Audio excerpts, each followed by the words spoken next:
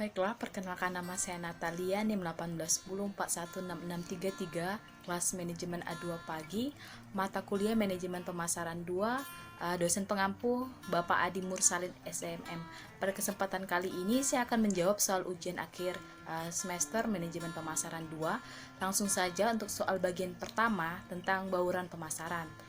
Soal yang pertama yaitu apa definisi bauran pemasaran. Menurut Kotler dan Keller yang dibahasakan oleh Benjamin Molan, bauran pemasaran atau marketing mix adalah serangkaian alat yang digunakan perusahaan untuk terus-menerus mencapai tujuannya di pasar sasaran. Pendapat di atas didukung oleh Ramba Lupiadi dan A. Amdani yang mendefinisikan bauran pemasaran adalah sebagai berikut. Bauran pemasaran atau marketing mix adalah salah satu alat pemasaran yang terdiri dari berbagai unsur suatu proses pemasaran yang perlu dipertimbangkan agar implementasi strategi atau positioning yang ditetapkan dapat berjalan dengan sukses. Definisi di atas juga menurut Jaslim Sladin, bauran pemasaran adalah serangkaian dari variabel yang dapat dikuasai oleh perusahaan dan digunakan untuk mencapai tujuan dalam pasar sasaran. Untuk soal yang nomor 2, sebutkan 7 elemen bauran pemasaran.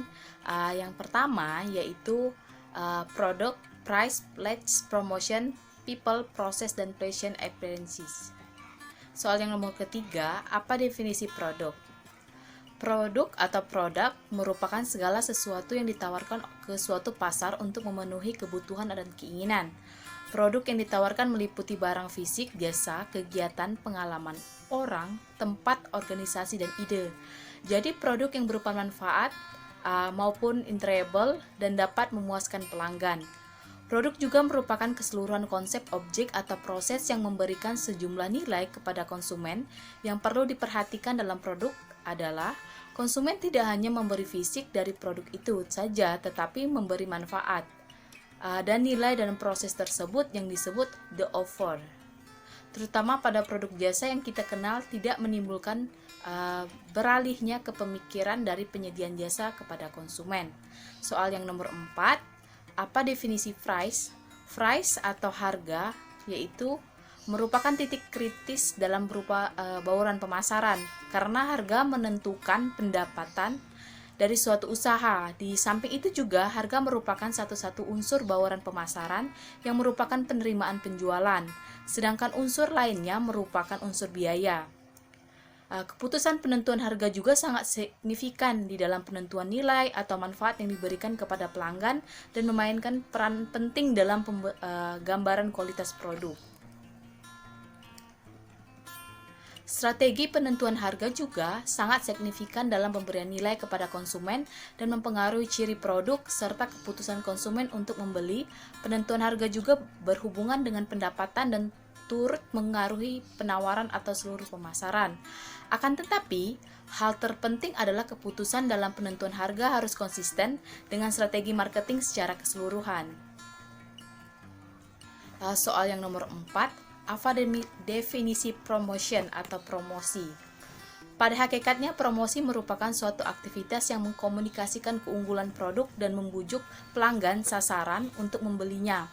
Hal yang diperhatikan dalam promosi adalah pemilihan bauran promosi. Bauran promosi ini tidak lain adalah bermacam-macam cara dan kegiatan promosi yang dilakukan untuk mempengaruhi target pasar.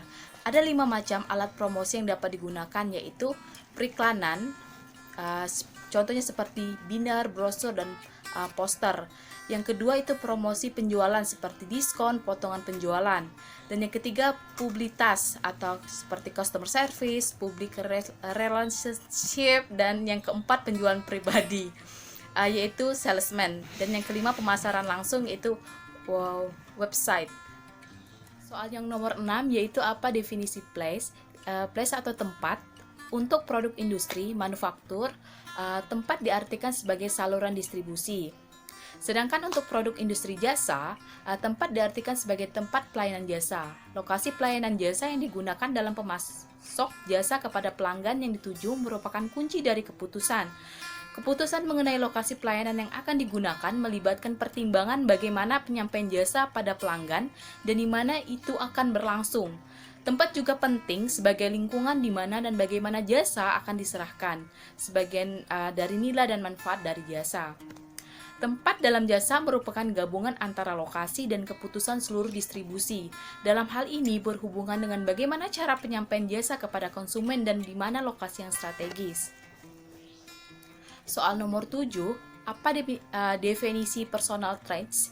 Jawabannya yaitu biasanya orang adalah suatu pelaku yang mempertimbangkan peranan dalam penyediaan jasa sehingga dapat mempengaruhi ke persepsi pelanggan. Elemen-elemen dalam people atau orang adalah pegawai perusahaan, konsumen dan konsumen lainnya dalam lingkungan jasa. Dalam hubungan dengan pemasaran jasa, maka orang yang berfungsi sebagai penyedia jasa sangat mempengaruhi kualitas jasa yang diberikan. Keputusan mengenai orang ini berarti berhubungan dengan seleksi, pelatihan, motivasi, dan manajemen sumber daya manusia atau sering disebut MSDM. Soal yang nomor 8, apa definisi proses? Proses merupakan gabungan aktivitas umum terdiri dari proses, jadwal pekerjaan, mekanisme, aktivitas, dan hal-hal rutin di mana jasa dihasilkan dan disampaikan pada konsumen. Proses dapat dibedakan dalam dua cara, yaitu yang pertama kompleks, yang kedua keragaman. Hubungan dengan langkah-langkah dan tahap proses yaitu kompleks, dan yang kedua keragaman, hubungan dengan adanya perubahan dalam langkah-langkah atau tahapan proses. Soal yang nomor 9, apa definisi bukti fisik perusahaan? Bukti fisik perusahaan merupakan bagian dari bukti fisik karakteristik yang menjadi persyaratan dalam menambahkan nilai tambah pada konsumen dalam perusahaan jasa yang memiliki karakter, perhatian terhadap interior, pelanggan, bangunan, termasuk sistem dari tata ruang yang lapar. Terjadi perhatian penting dapat memperhatikan mode pengunjung. Bangunan harus dapat menciptakan suasana dengan memperhatikan sehingga memberikan pengalaman kepada pengunjung dan dapat memberikan nilai tambah bagi pengunjung, khususnya menjadi syarat untuk perusahaan jasa dengan kelas khusus. Soal yang nomor 10, apa yang dimaksud dengan strategi produk dalam bauran pemasaran? Jelaskan. Yang pertama, produk. Produk merupakan segala sesuatu yang ditawarkan ke suatu pasar untuk memenuhi kebutuhan atau keinginan produk yang ditawarkan meliputi barang, fisik, jasa, kegiatan, pengalaman, orang, tempat, organisasi, dan ide. Soal bagian yang kedua tentang bauran promosi. Soal yang pertama, jelaskan pengertian bauran promosi. Sebut dan jelaskan variabel-variabel dari bauran promosi tersebut. Bauran promosi adalah bagi para manajer yang merancang bauran pemasaran, konsep dan prinsip perilaku konsumen memiliki adil yang sangat besar dalam aplikasi strategi promosi yang mencakup segala hal mulai dari periklanan ke penjualan perseorangan ke promosi penjualan hingga hubungan masyarakat. Bauran promosi meliputi inisiatif dari kombinasi dari kegiatan berkaitan dengan pengembangan produk yang diiklankan dan promosinya. Dalam mengembangkan bahan-bahan periklanan, sangatlah berguna bagi para manajer merancang berbagai ide, citra dan perasaan yang mereka inginkan dari para orang-orang kreatif agar dapat menggugah konsumen. Salah satu pendekatan untuk mengembangkan tema iklan adalah menganalisis karakteristik motivasi dan psikologis dari pasar target. Pengembangan tema dan citra produk sangatlah penting untuk produk seperti parfum dan lain sebagainya. Bauran promosi merupakan kombinasi strategi yang paling baik dari variabel-variabel periklanan seperti personal selling dan alat-alat promosi yang lain yang semuanya dirancang untuk menciptakan tujuan promosi penjualan. Variabel-variabel yang dapat dalam bauran promosi adalah periklanan, personal selling, publisitas, promosi penjualan, dan direct mail. Yang pertama, periklanan. Periklanan adalah komunikasi non-individu dengan sejumlah biaya melalui berbagai media yang dilakukan oleh perusahaan non-laba serta individu-individu. Di sini pihak sponsor berusaha menyebarluaskan berita kepada masyarakat. Adapun tujuan-tujuan lain dari periklanan adalah yang pertama, mendukung program personal selling dalam kegiatan promosi yang lain. Yang kedua, mencapai orang-orang yang tidak dapat dicapai oleh salesman dalam jangka waktu tertentu. Yang ketiga, mengadakan hubungan dengan para penyalur. Yang keempat, memasuki daerah pemasaran baru atau menarik langganan baru. Berbagai macam cara dalam periklanan dapat digolongkan atas dasar penggunaan oleh pimpinan. Yang pertama, periklanan barang. Periklanan barang ini dilakukan dengan mengatakan kepada pasar tentang produk yang dipasarkan. Yang kedua, periklanan kelembagaan, di mana periklanan ini lebih menitik beratkan pada nama penjualan atau perusahaan. Yang kedua, personal selling. Personal selling adalah interaksi antara individu saling bertemu muka yang ditunjukkan untuk menciptakan, memperbaiki, menguasai, atau mempertahankan hubungan pertukaran yang saling menguntungkan dengan pihak lain. Dalam personal selling terjadi interaksi langsung saling bertemu muka antara pembeli dengan penjual, serta komunikasi yang dilakukan kedua belah pihak bersifat individual dan dua arah sehingga penjual dapat langsung memperoleh tanggapan sebagai umpan balik tentang keinginan dan kesukaan pembeli. Penyampaian berita atau percakapan yang mereka lakukan sangat fleksibel karena dapat menyesuaikan dengan situasi yang ada. Yang ketiga, publisitas. Publisitas merupakan bagian fungsi yang lebih luas, disebut juga hubungan masyarakat dalam meliputi unsur-unsur untuk menciptakan dan mempertahankan hubungan yang menguntungkan antara organisasi dengan masyarakat, di samping juga calon pembeli. Hampir sama dengan periklanan, publisitas ini merupakan salah satu kegiatan promosi yang dilakukan melalui suatu media, namun informasi yang dicantum tidak berupa iklan tetapi berupa berita. Yang keempat, promosi penjualan. Promosi penjualan merupakan kegiatan selain periklanan atau selain personal selling merupakan ataupun publisitas. Kegiatan-kegiatan yang termasuk dalam promosi penjualan antara lain peragaan, pertunjukan dan pameran dan sebagainya. Kegiatan promosi penjualan lebih fleksibel karena dapat dilakukan setiap saat dengan biaya yang tersedia dan bisa dilakukan di mana saja. Yang kelima yaitu direct email. Direct email atau disebut juga pos langsung atau surat langsung merupakan salah satu dari media periklanan yang berupa kartu pos, bukti kecil, surat edaran, brosur dan lain sebagainya yang dikirim oleh perusahaan pengiklanan kepada calon pembeli. Sikap konsumen merupakan hal penting lainnya yang bagi para penjual iklan. Banyak periklanan yang bertujuan untuk menangkan kepercayaan konsumen terhadap atribut sebuah produk. Para peneliti pasar tidak dapat mengetahui kepercayaan apa yang hendak mereka tanamkan sebelum mengidentifikasi atribut produk yang dipandang sangat penting bagi para target. Para pengiklan juga perlu mengetahui jenis pasar yang akan mempengaruhi kepercayaan konsumen tersebut. Haruskah daya tarik rasa takut penggunaan ataupun para selebriti dan lebih efektif untuk menawarkan suatu produk yang akan kita iklankan seperti endorsement dan lain sebagainya. Soal yang nomor 2, apa yang dimaksud dengan promosi? Sebutkan pula tujuan-tujuan dari promosi. Jawabannya, pengertian promosi secara umum. Apa itu promosi? Pengertian promosi adalah satu aktivitas komunikasi yang dilakukan oleh seorang atau suatu perusahaan dengan masyarakat luas di mana tujuannya untuk memperkenalkan suatu barang, jasa, merek, ataupun perusahaan kepada masyarakat dan sekaligus mempengaruhi masyarakat luas agar membeli dan menggunakan produk tersebut. Tujuan promosi yaitu semua orang yang dilakukan promosi pasti punya tujuan yang pastinya. Mengacu pada pengertian promosi di atas, berikut ini adalah beberapa tujuan promosi pada umumnya. Yang pertama, untuk menyebarluaskan informasi mengenai suatu produk, barang atau jasa kepada masyarakat atau calon konsumen potensial. Yang kedua, untuk menjangkau dan mendapatkan konsumen baru serta menjaga loyalitas mereka. Yang ketiga, untuk membentuk meningkatkan angka penjualan sekaligus meningkatkan keuntungan. Yang keempat, untuk membantu mengangkat keunggulan dan membedakan suatu produk dengan produk dari pesaing. Yang kelima, untuk branding atau menciptakan citra suatu produk di mana konsumen sesuai keinginan perusahaan. Yang keenam, untuk mempengaruhi pendapat dan perilaku konsumen terhadap suatu produk yang akan kita tawarkan. Soal nomor 3, salah satu tujuan promosi yaitu untuk meningkatkan pembelian ulang.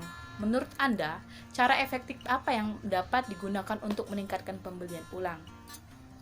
Meningkatkan pembelian ulang yang dilakukan pelanggan setiap kita ingin menawarkan suatu promosi dengan strategi promosi penjualan dengan cara promosi pembelian, kita bisa untuk meningkatkan pembelian kepada konsumen, di mana promosi pembelian kembali juga bisa Anda gunakan untuk mengganggu atau peluncuran produk pesaing dan membuat pelanggan Anda bisa menggunakan produk yang Anda buat, seperti contohnya memberikan diskon dan juga kupon di dalam produk yang berisi potongan harga kepada konsumen, menggunakan cara beli 3 gratis 1 atau beli 1 gratis 1, atau menggunakan cara seandainya mengumpulkan kupon, beberapa kupon bisa ditukarkan dan lain sebagainya.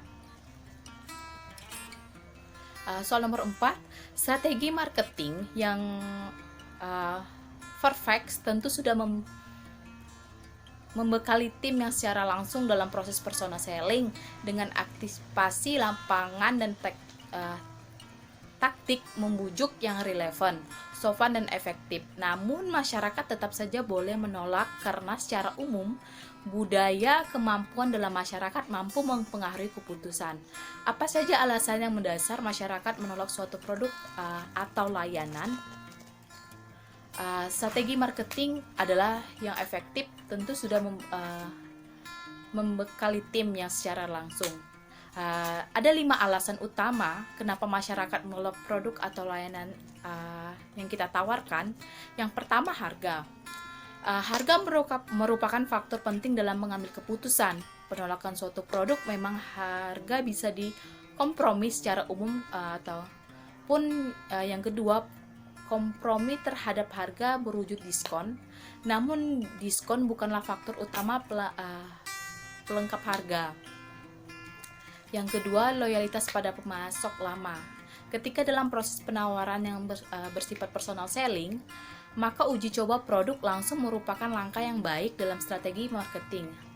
Karena masyarakat terkadang lebih nyaman dengan pemasok lama yang proses transaksi distribusi dalam sekian waktu, dan juga loyalitas terhadap pemasok lain merupakan tantangan yang nyata saat ini, kecuali barang adalah benar-benar baru yang belum lama diketahui oleh masyarakat.